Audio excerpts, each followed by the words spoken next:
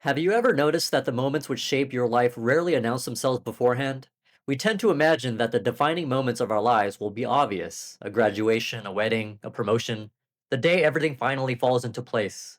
But more often than not, life's greatest turning points arrive quietly: an unexpected conversation, a missed opportunity, a difficult diagnosis, a stranger's kindness, a mistake you wish you could take back. Or perhaps nothing more dramatic than a realization that appears while you're washing the dishes or sitting alone at the end of a long day. At the time, these moments often seem very ordinary or simply inconvenient. Only later do we recognize that they quietly alter the direction of our lives. Interestingly, this pattern isn't unique to human experience. Throughout nature, growth is frequently born from challenge. A muscle becomes stronger only after it has been placed under stress. Bones gradually increase in density when subjected to repeated load. The immune system develops through exposure to unfamiliar pathogens. Even the brain itself changes when confronted with novelty, difficulty, and repeated practice, a remarkable ability known as neuroplasticity. Again and again, the natural world reveals the same principle. Growth rarely occurs in the absence of resistance. Nature, it seems, isn't particularly interested in making things easy. That observation raises an intriguing question. If living organisms often grow through challenge, could consciousness evolve in much the same way? The Law of One answers that question with a concept Ra calls catalyst. It's one of the foundational ideas of the material, yet it's rarely discussed outside dedicated Law of One circles. And in many ways, it serves as the engine that drives spiritual evolution throughout the third density. Not because suffering is inherently good, not because every painful experience was somehow destined to happen, and certainly not because life is following a rigid script in which every event has already been written. Rather, the Law of One proposes something much more subtle. What if every experience, whether joyful or painful, unexpected or expected, contains the possibility of becoming an opportunity for growth? Notice that word carefully: possibility. The opportunity is offered. Whether we recognize it, whether we use it, whether we ignore it altogether, remains an exercise of free will.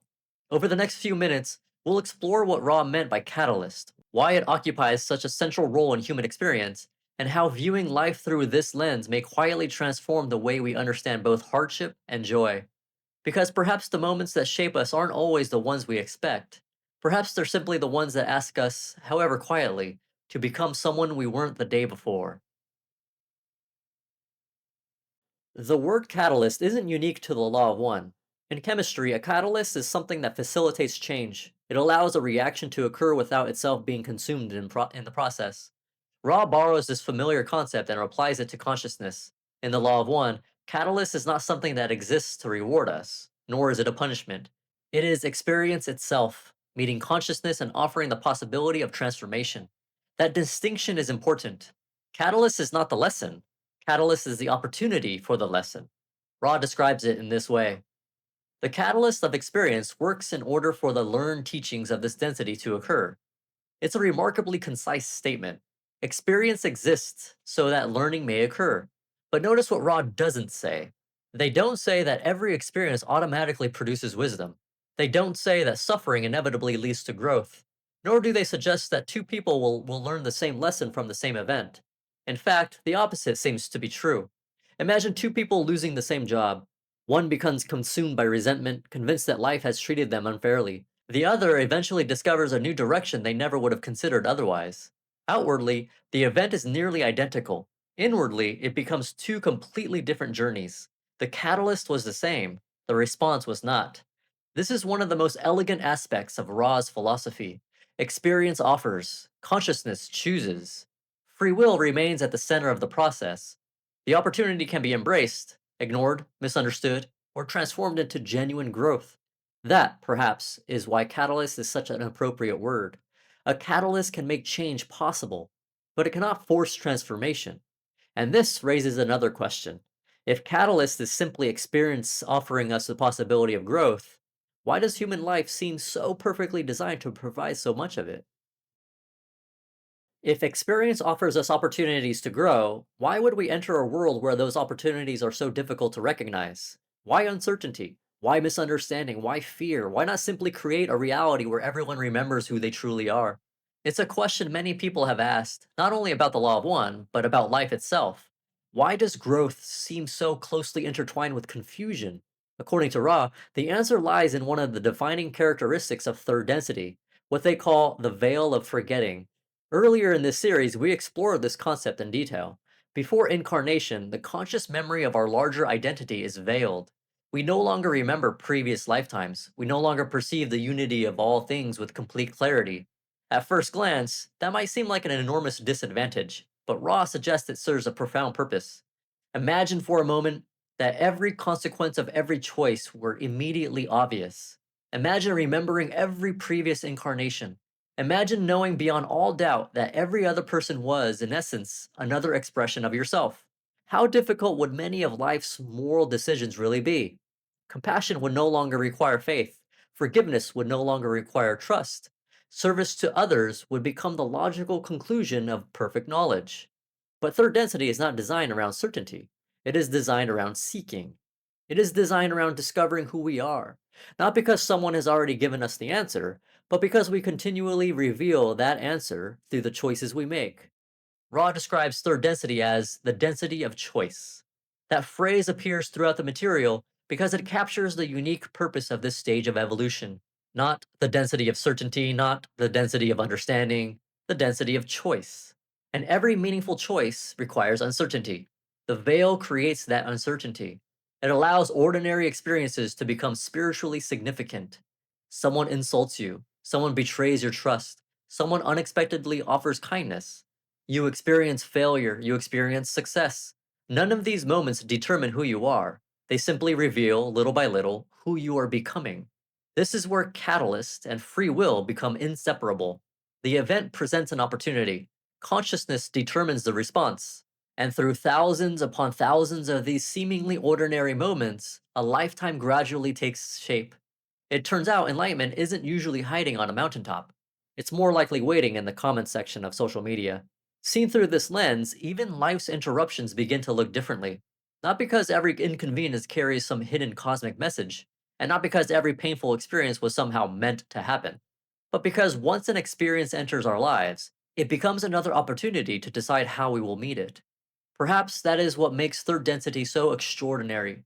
It isn't a world designed to give us all the answers. It's a world designed to help us discover them for ourselves. Have you ever had the feeling that life keeps asking you the same question? Perhaps you've noticed yourself becoming frustrated by the same kinds of people, finding yourself in remarkably similar relationships, reacting with the same fear, the same jealousy, the same impatience, the same self doubt. The faces change, their circumstances change, but somehow the emotional landscape feels strangely familiar. Most of us have experienced this at one point or another. It's tempting to conclude that life is somehow repeating itself. The Law of One offers a gentler interpretation. Ra never describes Catalyst as a cosmic punishment, nor do they suggest that the universe is continually assigning the same lesson until we finally pass some spiritual examination. Instead, Catalyst simply continues to present opportunities for growth throughout an incarnation. What changes is not necessarily the experience itself, what changes is us. Think back to a disagreement you had years ago.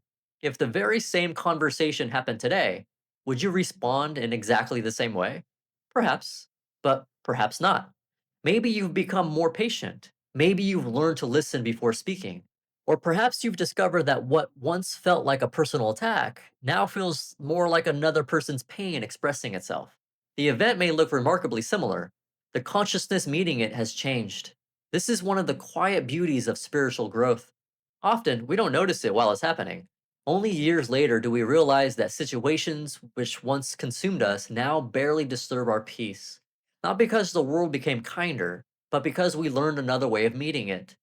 Ra hints at this relationship between consciousness and catalyst in session 66. The more efficient the use of catalyst, the less physical distortion to be found. It's a deceptively simple statement. If catalyst is being used well, if experience is genuinely being integrated, it no longer needs to express itself with the same intensity. That doesn't mean difficult experiences disappear altogether. Far from it. But they begin to serve in different purposes. Instead of automatically triggering old reactions, they become opportunities to notice how much has already changed. So perhaps the next time you recognize an old emotional pattern beginning to surface, resist the temptation to ask, why is this happening to me again? Instead, consider a quieter question. Am I meeting this moment in the same way I would have 5 years ago? That subtle shift in perspective may reveal growth that would otherwise go unnoticed. Because perhaps spiritual evolution isn't measured by how completely we've eliminated difficulty. Perhaps it's measured by how differently we respond when difficulty inevitably arrives. If our response to experience gradually changes over the course of a lifetime, another question naturally follows. Does catalyst ever come to an end? Do we eventually reach a point where life no longer presents challenges? The law of one suggests something more subtle. As consciousness becomes more balanced, catalyst doesn't necessarily disappear. It becomes more refined. Think about how children and adults often learn. A young child may need to experience the same mistake several times before understanding it. An adult, having already integrated that lesson, no longer requires the same experience to arrive at the same understanding. The lesson hasn't vanished, it has become part of who they are. Ross suggests that something similar occurs throughout the evolution of consciousness. As we become more honest with ourselves, more aware of our patterns, more intentional in the choices we make, the catalyst needed to continue our growth begins to change as well. Experiences that once provoked immediate anger may now invite understanding. Uncertainty that once produced fear may become an opportunity to practice trust. The outer circumstances may look familiar, yet the inner landscape has become entirely different. Ra explains. Catalyst is offered to the entity. If it is not used by the mind complex, it will then filter through to the body complex and manifest as some form of physical distortion. The more efficient the use of catalyst, the less physical distortion to be found. In other words, when catalyst is consciously used, it no longer needs to express itself in the same intensity. Growth doesn't eliminate experience, it changes our relationship with the experience. Ra offers another fascinating insight in session 54. The less developed entity will perceive the catalyst about it in terms of survival of the physical complex with the distortions which are preferred. The more conscious entity, being conscious of the catalytic process, will begin to transform the catalyst offered by the sublogos into catalysts which may act upon the higher energy nexi. It's a remarkable statement.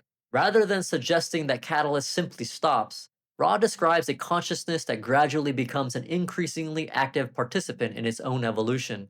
The lessons become less about unconscious reaction and more about conscious refinement. Perhaps this is why wisdom and compassion often seem to deepen together.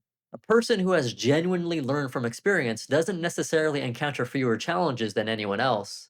Instead, they often meet those challenges with greater balance, greater patience, greater discernment, greater love. This, perhaps, is one of the most hopeful aspects of the catalyst. Its purpose was never to create suffering, nor was it intended to trap us in an endless cycle of hardship. Its purpose is to gradually transform the one who is experiencing the world. That is a subtle distinction. We spend much of our lives trying to rearrange the circumstances around us so that nothing difficult ever happens again. Yet, perhaps lasting peace doesn't arise because the world has finally stopped presenting catalyst. Perhaps it arises because we have learned to meet catalysts differently. By now, catalyst may sound like something reserved for life's defining moments, a life changing loss, a profound spiritual experience, a near death encounter, a dramatic turning point that permanently alters the course of a life. But Raw presents a much broader picture. In session 93, they make a statement so simple that it's easy to overlook its depth. All that assaults your senses is catalyst. Just think about that for a moment. Not only life's greatest tragedies, not only its greatest triumphs, all that assaults your senses. The conversation you weren't expecting, the traffic that makes you late, the criticism that lingers in your thoughts long after it's been spoken, the unexpected compliment that makes you uncomfortable, the stranger who smiles at you on an otherwise difficult day. Even the moments of silence, the moments of joy, every experience has the potential to become catalyst. Yes, even the person who stops at the very top of the escalator. The event itself isn't necessarily what transforms us. What transforms us is becoming aware of the movement taking place within us as the event unfolds. Do I become impatient? Do I become defensive? Do I become grateful? Do I become compassionate? Do I become afraid? Or do I simply notice what has arisen without immediately acting upon it? Perhaps this is where Catalyst quietly does its greatest work, not in changing our circumstances, but in revealing ourselves to ourselves. That may be one of the most practical ideas in the entire Law of One. Because it means spiritual growth isn't confined to meditation retreats or mountaintops. It unfolds while answering emails, while standing in line at the grocery store, while having dinner with a family, while sitting in traffic after a long day at work. The classroom isn't somewhere else. The classroom is wherever you happen to be. So the next time life interrupts your plans, whether in some seemingly mundane way or through an event that changes everything, perhaps resist the urge to react immediately. Instead, pause, observe, without judgment, simply notice what has begun to move within you. Then ask yourself, what part of me is this moment revealing? You don't need to have the answer. In fact, you may not discover it until days, months, or even years later. But perhaps the simple act of becoming aware is already the beginning of using Catalyst consciously. Because once you begin seeing experience through this lens, something subtle starts to happen. The world may not become easier, people may not become kinder, life may not become more predictable. Yet, even in the midst of uncertainty, you begin to recognize that every experience carries with it a quiet invitation. Not an obligation, not a guarantee. Simply an invitation to know yourself a little more deeply than you did the day before. We began this episode with a simple observation. Throughout the natural world, growth often emerges through challenge. Muscles become stronger under resistance, bones adapt under repeated load, the brain continually reshapes itself through experience. Nature seems to understand something we sometimes forget. Growth is rarely comfortable. Perhaps consciousness is no different. Whether or not you accept the philosophy of the law of one, I think there's something deeply human about the idea of catalyst. Not because it explains away suffering, not because it promises that every hardship has a hidden purpose waiting to be uncovered. It doesn't. And certainly not because it asks us to deny pain, grief, injustice, or loss. Some experiences will always hurt. Some questions may never receive satisfying answers. The law of one doesn't attempt to erase those realities. Instead, it quietly invites us to shift our attention away from the question, why is this happening to me? And towards something altogether different. Who am I becoming as I move through it? That shift may seem small, but over the course of a lifetime, perhaps it changes everything. Because if every experience carries the possibility of becoming catalyst, then every ordinary day also carries the possibility of transformation. Not through dramatic revelations, not through extraordinary mystical experiences, but through thousands of quiet decisions that almost no one else will ever see. A moment of patience when irritation would have been easier, a moment of forgiveness when resentment felt justified, a moment of honesty when avoidance seemed more comfortable, a moment of compassion for someone who may never know you offered it. Perhaps this is how consciousness evolves, not in a single leap, but in one choice at a time, in one interaction at a time, one ordinary moment at a time. And perhaps that's why the most meaningful catalyst rarely arrives wearing a name tag. It doesn't announce itself. It doesn't tell you that this conversation, this delay, this disappointment, or this unexpected act of kindness will become one of the moments that quietly shapes the person you're becoming. It simply arrives, then waits, not to see whether life changes, but to see whether you do. So the next time life surprises you, whether through frustration, uncertainty, beauty, or joy, perhaps allow yourself a brief moment before rushing to the next thing. Observe, become aware. Because every experience, no matter how ordinary it may seem, carries within it the possibility of knowing yourself a little more deeply than you did the day before. Perhaps consciousness really does grow the way we began this episode. Quietly, gradually, one choice, one interaction, one ordinary moment at a time. Thank you for watching or listening. I wish you all love, light, peace, and joy. Take care.